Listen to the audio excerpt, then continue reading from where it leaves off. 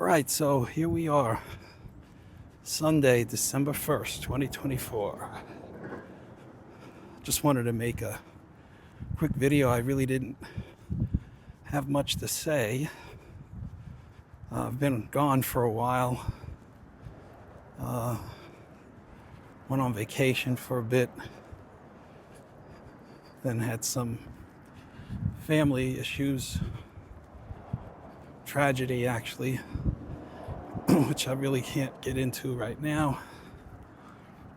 Maybe we can talk about it someday.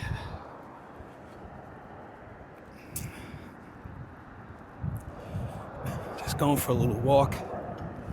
It's around 25 degrees where I am, and it's cold, but it feels good, feels great. Cold air in your face.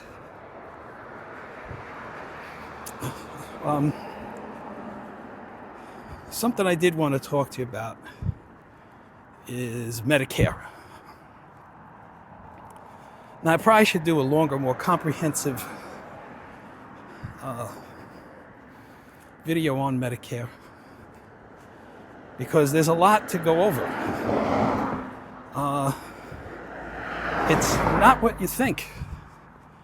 I just thought Medicare was this thing where once you're over 65,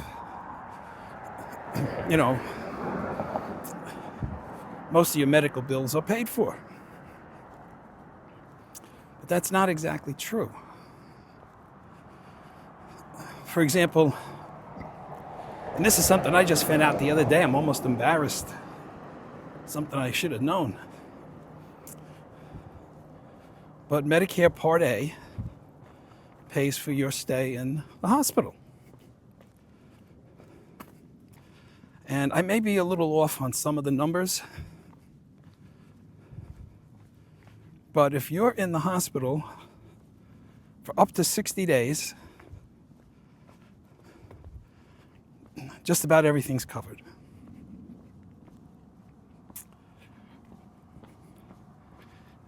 The next 60 days, you have to pay something like $400 a day.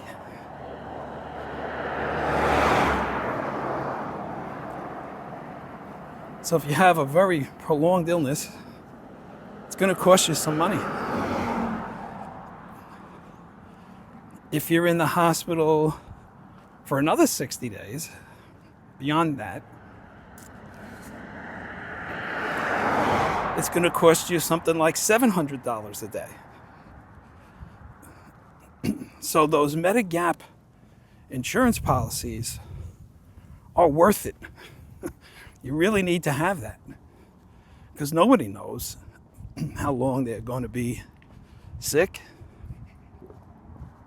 And remember,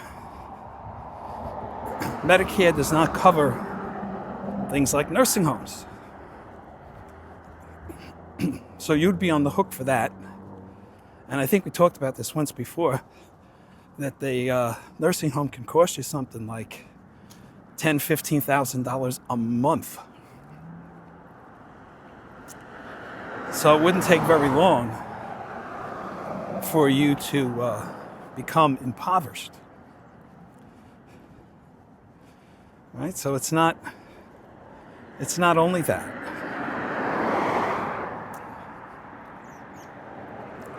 Part B, we've discussed, covers your doctor visits.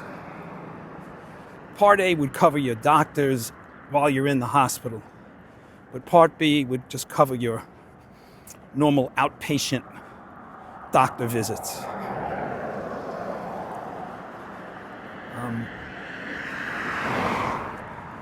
Part D covers your medicine. Right? And again, there are co-insurance in this. They pick up 80% of the customary cost, and you're on the hook for the other 20%. Again, that's why that Medigap coverage becomes very important. I can't emphasize that enough. You really need to look into that if you don't have it. And I would stay away from what you hear as the Medicare Advantage. They look very enticing. But make sure if you're going to do that, you look very, very deep into it. Because you may find that it's not what you thought it was. Another thing I found out the hard way, this affected me. Now, Part A is free, right? You don't have to pay anything for Part A, Medicare. But Part B, you do. So Part B, I believe the typical payment last year was around $175 a month, and they just subtract that amount from your Social Security check.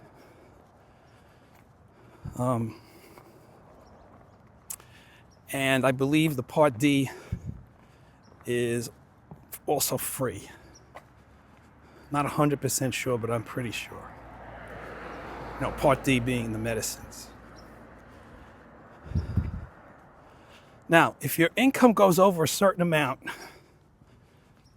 and I think it's pretty high, so it may not affect a lot of people, but you never know. Sometimes you have an oddball thing happen to you, like happened to me, and I find myself now in this situation.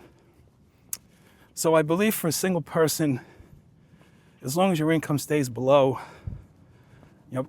based on your income tax return, your adjusted gross, as long as you stay below 106,000, you're okay. You just pay the standard amounts for Part B. But if your income goes over that, you pay more.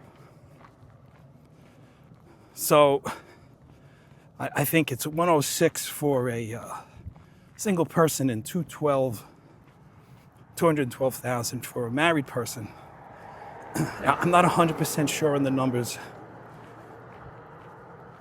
but you get put into this, what's called IRMA, IRMMA, I believe it is. I don't know what it stands for, but I can tell you what it stands for. It means you pay more. So, in my case, I had an odd thing happen in 2023. I had a vacation home, and I sold it. And I made a profit on it. And I was very honest about it. I included all the correct amounts. I didn't cheat. I didn't fudge. I didn't do anything that I shouldn't have done. Played the game by the rules. I didn't know at the time that was going to put me in this IRMA situation. So the bottom line is my Part B premiums are now, I think, that $259 a month as opposed to $185. And my Part D premiums went from $0 to like $15 a month. So anyway, the long and short of it is, even though I got a 2.5% increase in my Social Security, the amount I'm actually collecting in 2025 will be less than what I collected in 2024. So, you could turn around and say, well, good for you. You made all that money, so you should pay. And, I guess so. And I guess I will pay. But had I known, I might have done something different when it came to filing the tax return. And I'm not talking about cheating. I'm not talking about anything like that. right now, off the top of my head, I can't think of anything that I would have done differently, but I think I would have. So there you have it. I just wanted to make you aware of a couple of things. Now, you can appeal that, and I'm going to. You have 60 days to appeal it. And I just got notified this past week, so I have some time. They're not very clear on how you appeal. They just say, oh yeah, you can appeal. And that's it. They don't say anything else. So how do you appeal? Do you make a phone call? Do you write a letter? If you do make a phone call, who do you call? If you do write a letter, who do you write it to? What documentation do you need to provide? They don't tell you any of that. So I've got some family business this week that's distracting. But I think the following week, I am going to sit down and try to make sense of this. And maybe I'll make some videos along the way of the process, how it works. And if I'm successful or not, they may just turn around and say, Now, what I don't know is this something that's permanent? Or will it go back down the following year when they look at my tax return and they see that my income is not as high as it was? So, it's Sunday, it's cold, it's December 1st, we just got through Thanksgiving, Christmas is around the corner. If you're a Christian, we're in the Advent season, which is a great time of year. And I'll be talking to you again pretty soon.